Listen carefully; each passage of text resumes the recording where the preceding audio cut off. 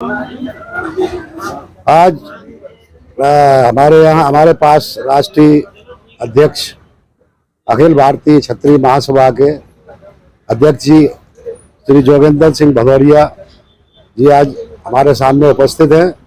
वो आज यहाँ चंबल क्षेत्र में उदी में भ्रमण के दौरान आए थे, तो उनसे चलो कुछ बात करते हैं। हाँ, तो जोगेंद्र जी, आपके द्वारा जो आंदोलन चलाया जा रहा है आरक्षण और वगैरह वगैरह, तो क्या इसमें कहाँ तक क्या प्रगति है और कहाँ तक आपका ये आंदोलन पहुंचा है? आदरणीय भदौरिया जी, मैं ठाकुर जोगेंद्र सिंह भदौरिया, राष्ट्रीय अध्यक्ष अखिल विश्व क्षत्रिय महासभा, इस चंबल की माटी को नमन करता हूँ, इस चंबल की माटी को प्रणाम करता हूँ। यह एक चंबल की ऐसी माटी है जिसने अनेक इस देश में वीर योद्धाओं के साथ साथ ओजस्वी वक्ताओं को भी जन्म दिया। इसी चंबल की माटी से कमांडर अर्जुन सिंह 3 बार लोकप्रिय सांसद रहे। इसी चंबल की माटी से सरला भदौरिया 3 बार राज्यसभा में मेंबर रही। ये वो चंबल की माटी है कि जहां से माननीय मुलायम सिंह धरती पुत्र के रूप में कहलाए गए। तो पुनः मैं इस चंबल की माटी को नमन करता हूं। इस चंबल की माटी से मैंने एक आगाज किया था कि आरक्षण में संशोधन होना चाहिए। तो मैं किसी आरक्षण के खिलाफ नहीं हूं, मैं आरक्षण की उन व्यवस्थाओं के खिलाफ हूं कि किसी भी हालत में आरक्षण में संशोधन होना चाहिए, क्रीमी लेयर को आरक्षण से बाहर होना चाहिए। यह देश का बनाया हुआ पहला एक ऐसा कानून है जिस पर आज तक कोई भी समीक्षा नहीं हुई। मेरा यह मानना है कि इस देश में जितने भी कानून बने, कोई भी कानून जाति और धर्म के आधार पर न बने। यह पहला ऐसा एक कानून बनाया गया जिसमें जाति और धर्म को लेकर के कानून बनाया गया। हमारा राष्ट्र एक है, ध्वज एक है, तो यहाँ पर कानून भी एक होना चाहिए। सामान्य नागरिकता का ये उल्लंघन हो रहा है, लेकिन आरक्षण आपको परिस्थितियों में देना है। वो परिस्थितियां क्या रही जब आरक्षण लागू किया गया था, आज परिस्थितियां क्या है, आज उसका लाभ कितने लोगों को मिला, इस पर आज तक संशोधन और समीक्षा नहीं हुई। राजनीतिक दल अपने वोट पाने के लिए चतुर्वेदी साहब हमारे साथ है और ये इटावा की कर्मभूमि रहे और उस समय के सबसे प्रमुख अखबार दैनिक दिन रात के संपादक है। तो आपने तो तमाम लोगों को इस देश में देखा, कांसीराम को भी आपने बहुत करीब से देखा, मायावती को भी आपने बहुत करीब से देखा और चंद्रशेखर को भी आपने बहुत करीब से देखा। तो लोगों में किसी भी प्रकार से जो राजनेता थे उनमें ये वैमनस्यता नहीं है, लेकिन ये वैमनस्यता इसलिए फैलाई गई, जनता में इसलिए करी गई कि वो भ्रमित बनी रहे। आज मैंने कहा कि आज से 40 वर्ष पूर्व उस समय एक संसाधन बड़ी जोर तोड़ से जो है हमारी संस्कृति को बदनाम करने की एक समीक्षा की गई। हमारी संस्कृति कैसे बदनाम हो उसके लिए करा गया। तो उस समय जो समाचार पत्रों का माध्यम लिमिटेड था और इलेक्ट्रॉनिक मीडिया भी लिमिटेड थी। उस समय एक सबसे बड़ा प्रचार प्रसार का साधन था भारतीय सिनेमा, भारतीय चलचित्र, भारतीय पिक्चर। उसमें जो है आपने पिक्चरें जितनी भी देखी होंगी उसमें जाति पर प्रहार किया गया, प्रहार विशेष जाति को लेकर किया गया। एक खलनायक के रूप में बनाया गया ठाकुर। जैसे एक पिक्चर आती है, शुरू होती है, उसका नायक आता है और वो एक खलनायक होता है और वह विशेष जाति से होता है, वो होता है ठाकुर। अब दूसरी पिक्चर आती है, अगर उसमें ठाकुर नहीं है तो उसमें एक खलनायक के तौर पे आता है, टीका लगाता है और धोती पहनता है और वो होता है ब्राह्मण। तो धर्म को प्ररूपित और कुरूपित किया गया। फिर एक तीसरा आता है, तीसरी जगह एक नायक बनता है जो देश की अर्थव्यवस्था को चलाता है और उसको जो सूदखोर के रूप में प्रचारित किया जाता है और वो होता है बनिया, वैश्य वर्ग। तो भारतीय संस्कृति के 3 मजबूत खंभ ठाकुर, ब्राह्मण और बनिया, जो जाति के रूप में ठाकुर, ब्राह्मण और बनिया के रूप में कहे गए, उन पर कठोर प्रहार किया गया और प्रहार इतना किया गया कि उनकी कमर तोड़ दी गई। जो ठाकुर थे, राजपूत थे, उनके रजवाड़े थे, जिन्होंने इस देश को नहीं, इस विश्व को प्रलोभित कर रखा है, इस विश्व को बचाने में किया। चाहे वो भारत का राजा रहा हो, चाहे वो यूरोप का राजा हो, वो राजा के रूप में रहा, चाहे वो ब्रिटेन का राजा हो, और उसने जो है संस्कृति को बचाया, देश को बचाया।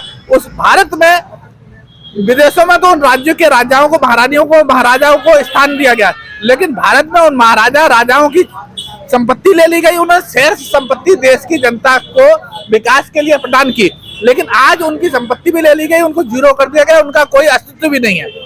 दूसरा, उनका मान सम्मान में अगर कोई जातियां थी तो वो जातियों पर अपने गौरवित होते थे, अपने सरनेम को लेकर के, अपनी उपाधियों को लेकर के। उनकी उपाधि छीन ली गई।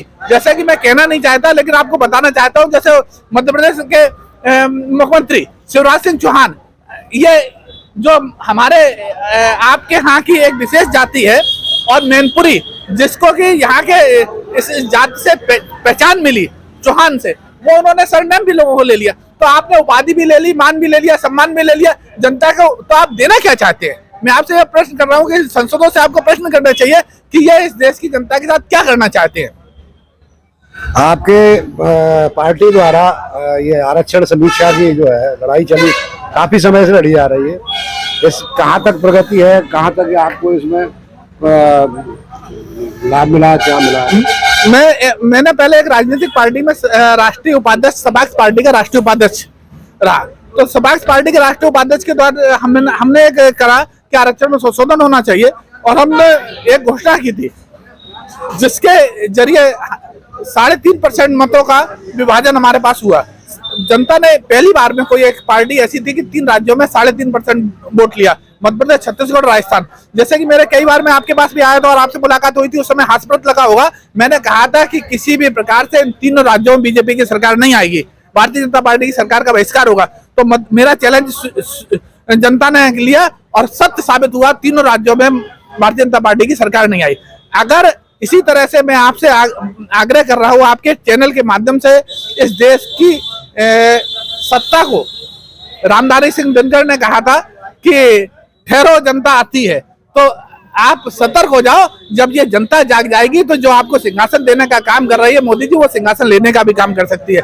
इसलिए जाति व्यवस्था को न बांट करके आरक्षण पर समीक्षा करिए, इस पर जो क्रीमी लेयर है उनको बाहर करिए और सही स्थिति का जायजा करिए, जो यथा स्थिति बने उस पर काम करिए। अब आवश्यक नहीं है कि किन को देना है, किन को नहीं देना, ऐसा कुछ हम आरक्षण के पक्ष में नहीं है, लेकिन इस पक्ष में जरूर हो कि इस पर समीक्षा और संशोधन अवश्य होना चाहिए।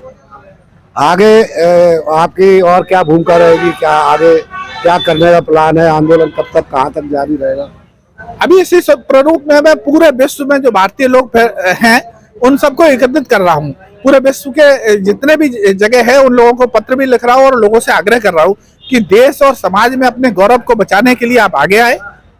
और इसी तरह से जितने भी यहाँ राजा रजवाड़े या लोग रहे उन सबसे भी मेरा आग्रह है, प्रबुद्ध लोगों से मेरा आग्रह है कि भारतीय संस्कृति की जो हम रक्षक थे, उन रक्षा को अपने हिसाब से संशोधन में करना चाहिए। मैं भी साउथ गया, दिल खुश हो गया मेरा कि आज भी वहाँ आप तिरुपति जाइएगा, वहाँ वेद के द्वारा, वेद रचनाओं के द्वारा पूजा होती है।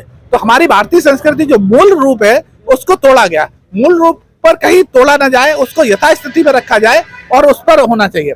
और इसी तरह से जो है संशोधन, इस पर एक समीक्षा करनी चाहिए जिसकी मैं लड़ाई लड़ रहा हूं। और मेरा यह भी प्रण है कि मेरे रक्त की अगर आखिरी बूंद तक और अपने आखिरी सांस तक मैं जब तक इसका संशोधन नहीं करा लूंगा, मैं लड़ाई लड़ता रहूंगा। और तब तक मैं कोई किसी तरह का मंत्री पद किसी भी सरकार में ग्रहण नहीं करूंगा। धन्यवाद। ये जोगिंदर सिंह, राष्ट्रीय क्षत्रिय महासभा के अध्यक्ष, आज चंबल क्षेत्र में आए थे और उनसे हुई वार्ता। आपने से जो आरक्षण में संशोधन की समीक्षा और हम समीक्षा की मांग करते आ रहे हैं, और इनकी पार्टी करीब 6 साल से लगातार संघर्ष कर रही है, लड़ाई कर रही है।